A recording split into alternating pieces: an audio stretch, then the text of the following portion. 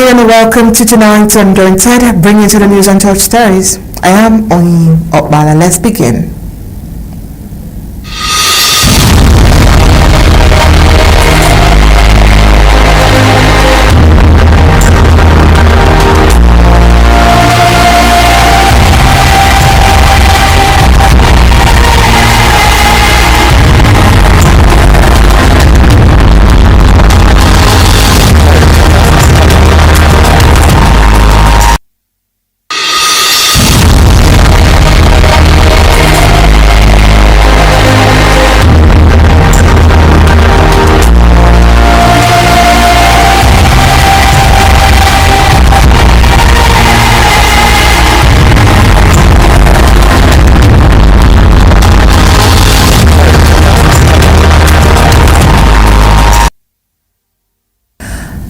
A cloud of sorrow now hangs over the Ambazonian movement as already burdened people are forced to confront an unimaginable double tragedy. In a cruel twist of fate, within just 24 hours, Ambazonia has lost two of its most cherished and influential leaders, Endeley, the dignified and quietly powerful Director General of ABC, and Vice President Ateh, whose tireless energy and magnetic leadership inspired a generation. The shock is palpable. Across the Ambazonian homeland and throughout the global diaspora, hearts are shattered and voices tremble with grief. These were not mere political figures. They were the heartbeat of a nation in search of justice. The steady hands guiding a people through their darkest hours. Endeley, known for her wisdom, humility, and strong dedication to the truth, became a marginal figure in the movement. A moral compass in the chaos of resistance. Her presence behind the scenes at ABC gave voice to the voiceless and brought clarity in times of confusion. Then came the unthinkable to the person of Vice President Ateh, vibrant, bold, and fearless. Ateh embodied the spirit of the struggle. His speeches stirred the soul. His leadership ignited hope, and his deep connection with the people made him not just a leader, but a brother, a son, a friend. Together, these two individuals represented the balance of the movement and calmed the storm, the strategy, and the spirit. And right now, their absence has created a void that words can scarcely fill. Tributes pour in from every corner of the Ambazonian world, from activists and leaders, from families and followers, from those who knew them closely, and from many more whose lives they touched from afar. Candlelight vigils, moments of silence, and floods of emotion echo throughout every platform as a people, united in grief, search for meaning in this moment of profound loss. The struggle continues, as it must. But today, Ambazonia weeps. This week, Ambazonia is weeping. For in losing Endeley and Vice President Ateh, the nation has not only lost leaders, it has lost parts of its soul. We'll delve into this report, taking a look at some of the tributes that are pouring in, as well as other reports coming from the home front. But first, let's get the prime headlines.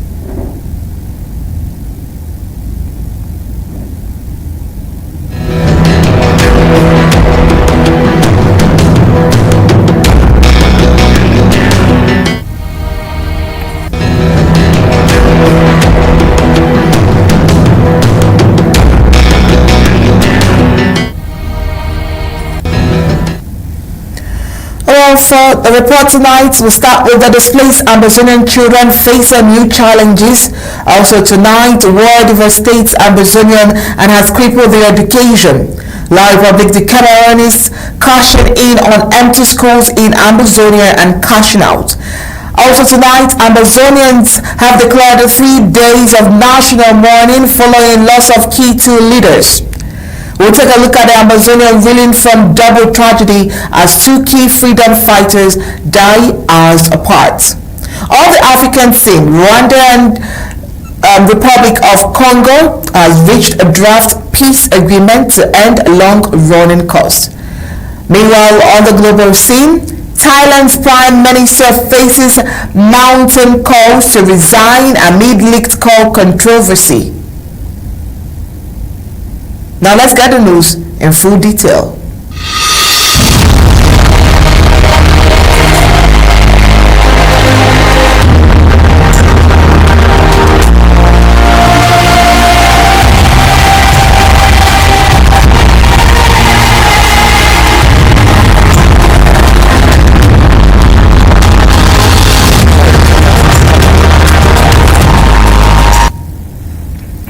In the wake of the Ambazonian war, over 1 million Ambazonians have been displaced, seeking safety in the French-speaking regions of neighboring La Republic de Cameroon. But for the children, the ordeal is far from over as they face the daunting challenge of starting their lives anew in unfamiliar surroundings, often grappling with a foreign language.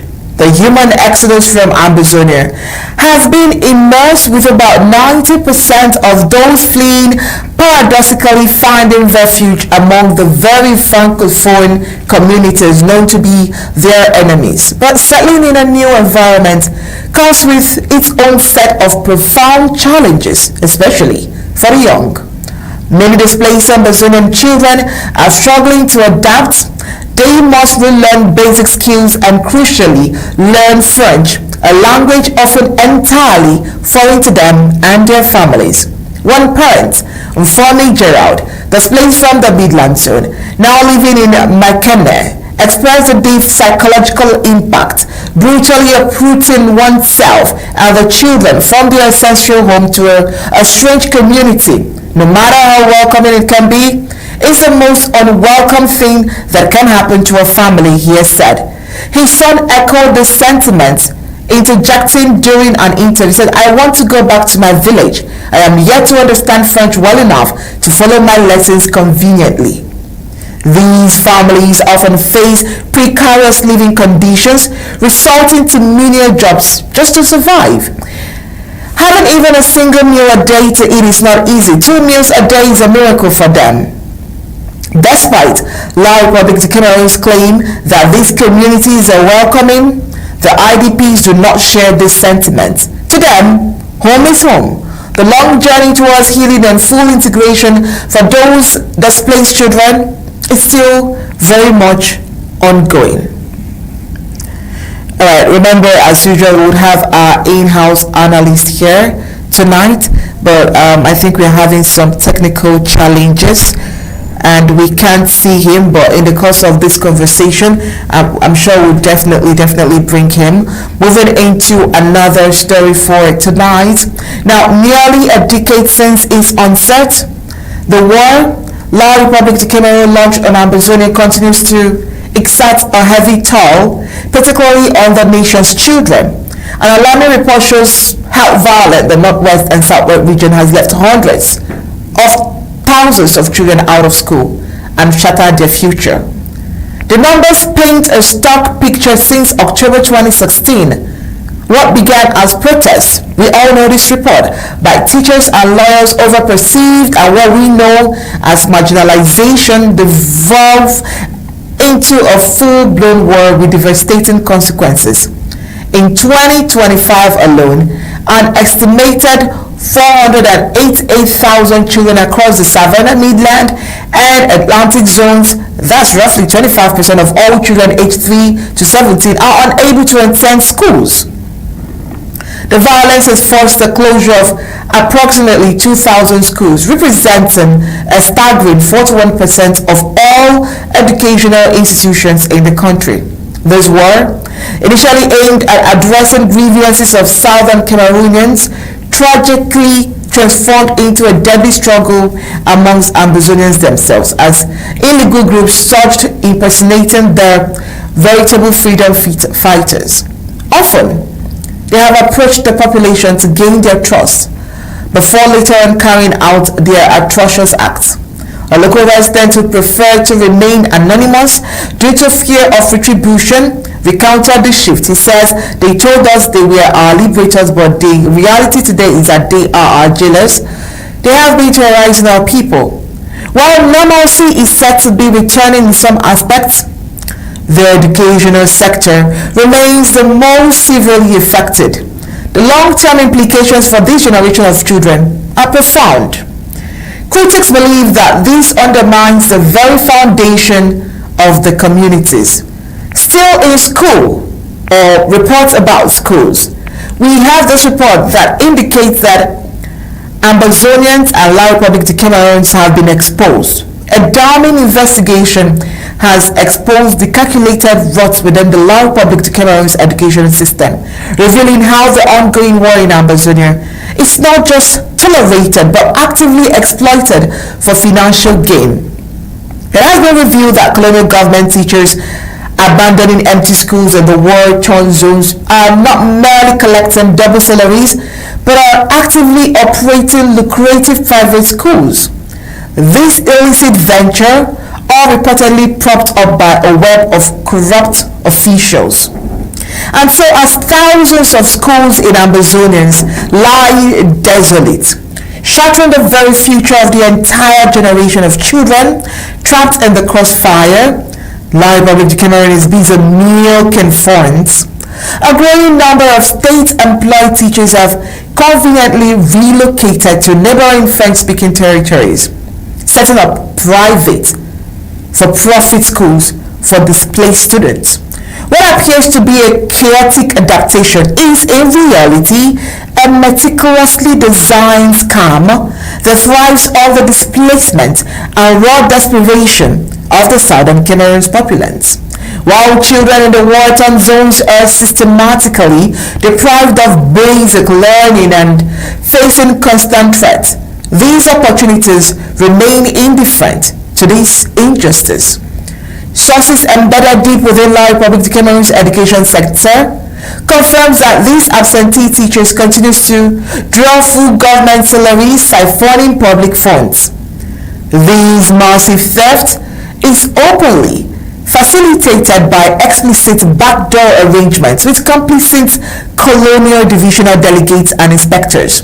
One teacher operating a private establishment in Bafoussam detailed the extortion racket he admits to handling over a significant cut of his monthly government pay to his inspector. This bribe, initially 20%, has grossly inflated to nearly 50% over 8 years. His justification, he insists that without his full certification of my presence at school, his salary would be suspended. This forced corrupt partnership intensifies the suffering of displaced families, proving the fertile ground for their illicit profits. While these teachers cynically boast of good income and thriving enrollment in their new private ventures, critics have called this a diversion of public funds and a calculated act of sabotage against any genuine effort to restore stability or education in the southern Cameroons. Despite hollow directives from the colonial ministries of basic and secondary education to report absent teachers, some inspectors steadily misses the accusations as disinformation in an attempt to shield their criminal enterprise. Furthermore, any attempt to investigate specific cases with hard evidence is met with outright aggression, a clear systemic complicity and intentional cover-up. Meanwhile, the colonial government benefits handsomely from the collapse of Ambazonian institutions, while they ensure the war grinds on, the elite line their pockets. The people suffer, and the school remains ghosted. Very sad. Away from school children and away from the affection and how the war has affected school education in the southern Cameroons, let's get into the heartbreaking stories and the death of the key players in Ambazonian struggle. In a heartbreaking series of events for the people of Ambazonia, the nation is plunged into profound mourning following the sudden loss of two towering figures of its liberation movement within the span of just 24 hours over the weekend. Ambazonia bid farewell to two beloved patriots, the soft-spoken and deeply respected Director General of ABC, and shortly after, the energetic and charismatic Vice President, Mr. Ateh. This unexpected person has sent shivers across the Ambazonian community, both in Ambazonia and in diaspora.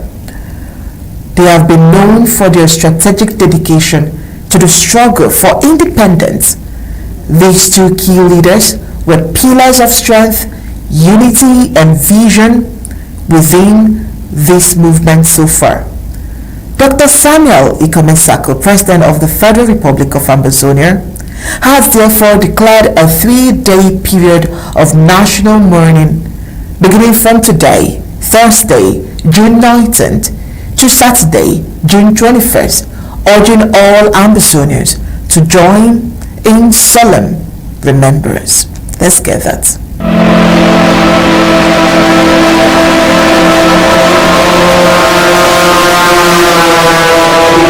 This is the voice of President Sako speaking to you from the cockpit of our struggle. Last weekend, within the space of just 24 hours, we suffered the heartbreaking loss of two great patriots of the Ambazonian struggle of the Southern Cameroon's government in exile, both taken from us by natural causes. First, we lost Endeley, the Director General of Ambazonia Broadcasting Corporation (ABC), and soon after, we saw the passing of our beloved Vice President Ateh. These were men and people of unwavering loyalty, steadfast patriotism, and exemplary service to the nation. Their contributions to our cause will forever be etched in the annals of our history. The nation is in deep shock. As we begin the journey of healing, I hereby declare 3 days of national mourning from Thursday, June the 19th to Saturday, June the 21st, 2025. On Saturday, June the 21st, we shall gather as one people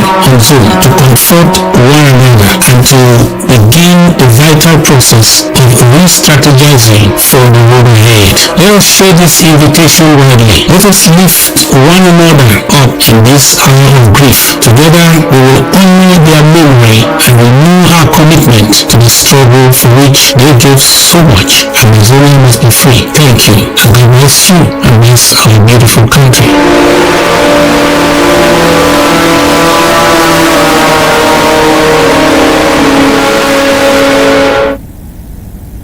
Very sad. I just like the President has said, let us just re-emphasize that the mourning period will culminate in a nationwide Zoom gathering on Saturday, where Ambazonians from across the globe will come together in unity to grieve, to honor, and to begin the difficult yet essential process of recalibrating the visions of the struggle ahead.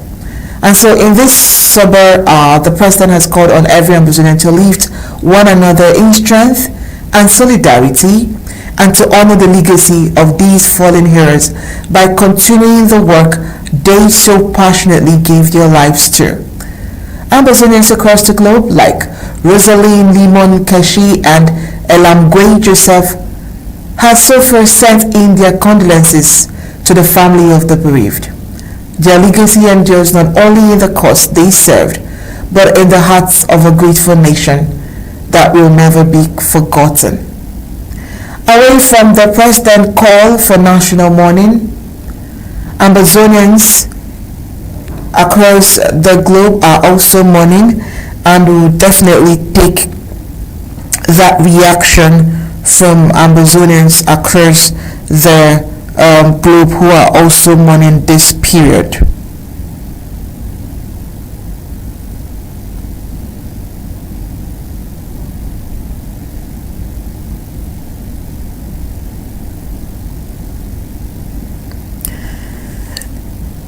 So in Ambazonia and the diaspora, there is currently this belief and heavy mourning. Barely a day separated the announcement of the passing of two individuals widely acknowledged as veritable giants in the tireless pursuit of freedom. The initial news brought word of Endeley's demise, swiftly followed by the equally heartbreaking confirmation of Pa Eric Ateh, the revered Vice President of the Federal Republic of Ambazonia, in exile. The community, still reeling from the initial shock, now finds itself plunged in an unparalleled period of collective grief, openly questioning, as one distress statement put it, where do we start crying from? Endeley, fondly known as Ma Endeley, departed this life on Sunday, June 15, 2025, in California, USA, where she has been living with her daughter. Her passing has been met with immense sadness by countless individuals who recognized her unwavering dedication to the Ambazonian cause. Ma Endeley's impact stretched far beyond her recent activism. She was a respected educator, having served as a tutor at Seka Baptist College in the late 1970s, and contributed significantly as a flat board member within the movement organization struggle and structure as well. Tributes have poured in describing her as a possessing, a kind, a strong, a passionate, and gentle soul, underscoring the deep personal connection she forged with many. Hard on the heels of Endeley's death came the official communication from the government of the Federal Republic of Ambazonia and the Ambazonian Broadcasting Corporation. Her abrupt departure, characterized by some as unbelievable, has left a multitude of supporters reeling from the shock of her demise. Confirming the loss of Mr. Eric Ateh, the nation's Vice President, his passing is unequivocally described as a profound sorrow and a heavy heart for the entire Ambazonian populace. Mr. Ateh is being honored as a patriotic son and a resolute freedom fighter whose absence, it is widely acknowledged, it will be definitely felt. His commitment to the liberation struggle of Southern Cameroon was by all accounts exemplary, defined by his courage, discipline, and unwavering integrity. Vice President Ateh was not merely a ceremonial figure. He emerged as a leading force in international diplomatic engagements, passionately championing the cause of justice for his people with unmatched clarity and conviction. Many attest that his strategic insight and leadership were particularly crucial at the critical juncture for the movement. Beyond his direct diplomatic contributions, Mr. Ateh played an instrumental role in significantly reorganizing and strengthening the Ambazonian Broadcasting Corporation following his appointment, a clear testament to his holistic commitment to the cause. His contributions will definitely have a lasting impact. The Ambazonian community, globally dispersed, extends its deepest condolence to the families and friends of both Ma Endeley and Vice President Eric Ateh. Despite the overwhelming grief and pervasive shock, a resolute determination has quickly emerged. Public statements affirm a commitment to forging ahead with determination and zeal until a monument for them and other fallen heroes is erected in Buea, and to fight more than ever before. Briefing report. Ambazonian community reactions. So far, people on social media and in private messages are sending many condolences and showing how much they can't believe what has happened. The sudden and unexpected death of these two very important and respected leaders at the same time has come as a blow to the Ambazonian government and the Ambazonian movement as well. Many are sharing that they feel lost, and it is very hard for them to deal with losing two key figures so quickly, one after another. However, even with all the sadness, there is strong determination emerging. People are repeatedly saying that the fight for freedom will not only forge ahead with determination and zeal, but it will become more than ever stronger. This means the community is becoming even more determined, not giving up because of the strategy. While individuals are hurting deeply, their dedication to their cause remains unbroken. There is also a strong and shared desire to honor those who have lost their lives. Calls are being made to rebuild monuments and to ensure lasting recognition for these giants that have fallen heroes in their history. These reactions are happening all over the world where Ambazonians live. Well, as the days goes by, we'll definitely still give you more reactions to how people are feeling about the death of these two key players from the Ambazonian struggle. But away from that, let's get into the ASA and see how far they have gone. And so this report indicates that there has been a deadly attack struck at the Republic of Cameroon military control post in Bui County, Savannah Zone of the Federal Republic of Ambazonia in the early hours of Wednesday, June 18, 2025. Ambazonian State Army ambushed the post, killing 3 soldiers and injuring 2 others. The attack occurred at the Malun La Petite control post, situated between La Republic of Cameroon West region and the Mbonso in Bui County in Ambazonia. Well, according to local sources, the attack happened under the cover of darkness, catching the colonial soldiers off guard. The 2 injured colonial soldiers were quickly rushed to a nearby medical facility for treatment, but the extent of their injuries remains unknown. This incident marks the second recorded attack on the Republic of Cameroon forces at the same control post. In a previous incident, 2 colonial soldiers riding a motorcycle were neutralized in a similar ambush. The repeated attacks have raised concerns about the vulnerability of the Republic of Cameroon military. Alright, with this post, we would conclude the news from the home front, but right after the break, we would bring news across Africa and news across the globe. Stay with us.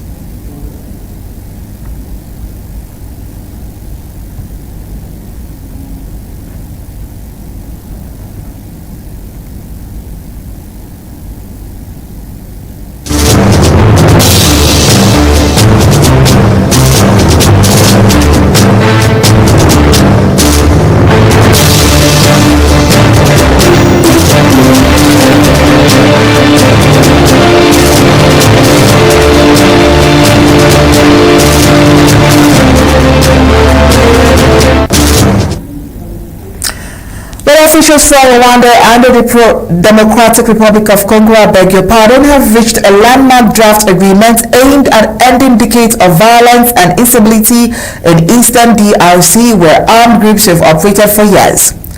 The breakthrough deal, brokered with the support of the United States and Qatar, outlines a framework for the disengagement, disarmament, and conditional integration of various armed groups, including the M23 rebel movement.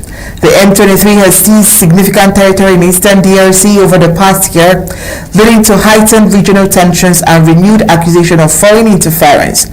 Under the draft terms, both countries have also agreed to establish a joint security mechanism designed to prevent future hostilities and ensure lasting peace.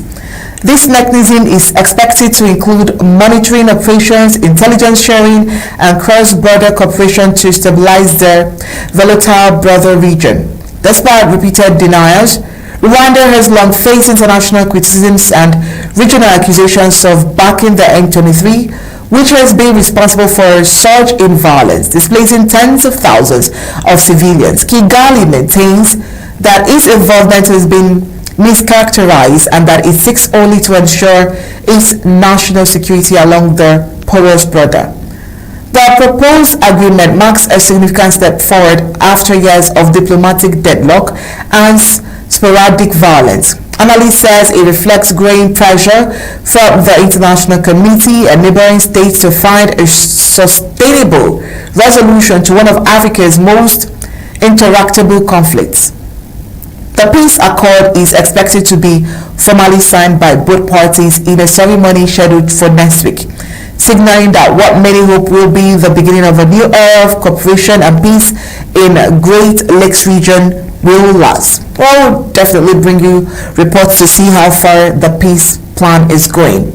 Meanwhile, after the break, we'll get you news across the globe.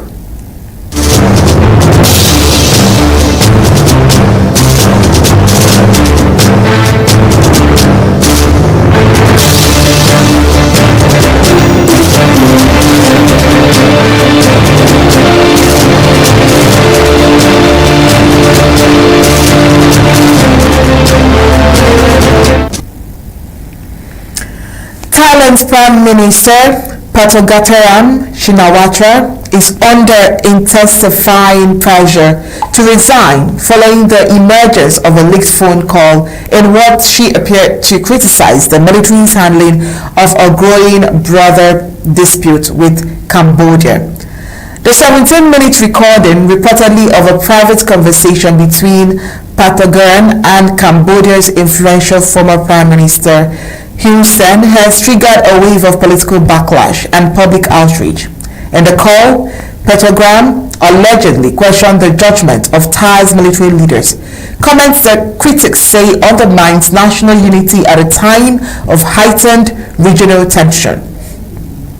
The controversy has further destabilized a nation's already grappling with years of political upheaval marked by frequent leadership changes and deep divisions between civilian and military factions. Patongataram, 38 years, assumed office just 10 months ago following the dismissal of her predecessor amid a separate political crisis. Opposition leaders and several prominent voices within the Thai Senate have called for her immediate resignation, arguing that her remarks have jeopardized national security and diplomatic relations. This is a serious breach of trust and protocol, said one opposition lawmaker. Our Prime Minister must be held accountable for statements that could harm Thailand's strategic interests. The Prime Minister's office has not confirmed the authenticity of the recording, but sources close to the administration acknowledges growing internal concern over the political fallout.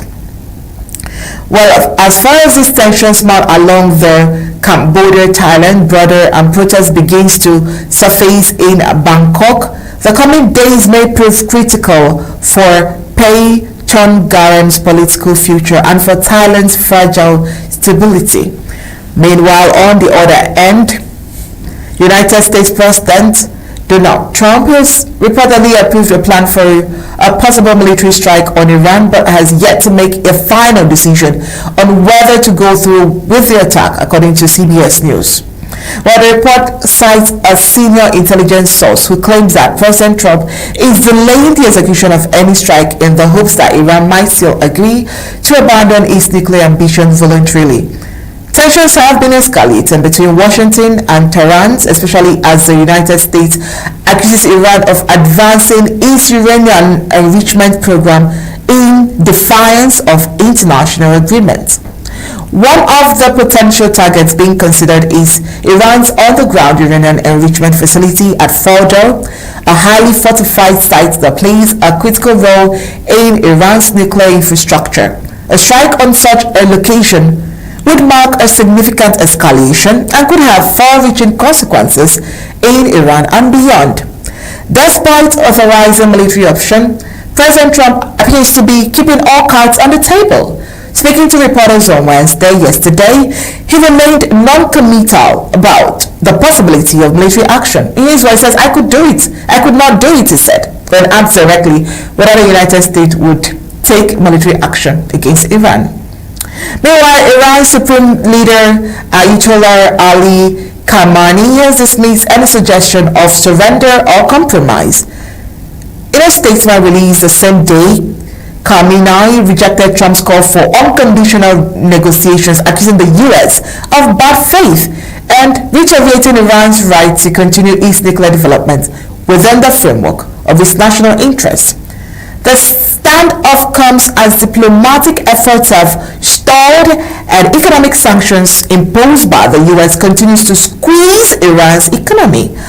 The international world watches closely, worried that any military confrontation between the two nations could spark a wider conflict in the already volatile Middle East region.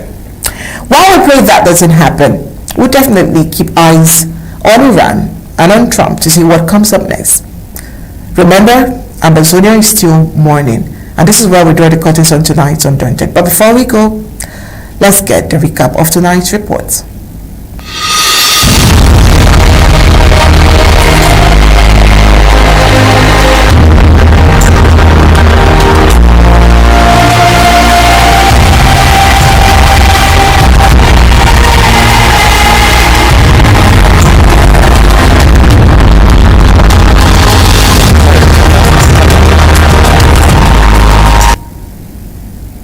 Tonight on Undaunted, we told you that displaced Ambazonian children are facing new challenges both in education as well as La Republic to Cameroon cashing out on empty schools in Ambazonia. Also tonight, we told you that the Ambazonian government has declared 3 days of national mourning following the loss of 2 key Ambazonian leaders. Tonight on the African scene, we told you that Rwanda and the Republic of Congo has reached draft peace agreement to end the long-running conflict. On the foreign scene, we told you that Thailand's Prime Minister is facing mounting calls to resign amid liquor controversy and also Trump and the Iran conflict. That's it for tonight's Undaunted. Bringing to the news untold stories. On behalf of the technicians behind tonight's Undaunted, we say good night and God bless. And remember, Ambazonia mourns.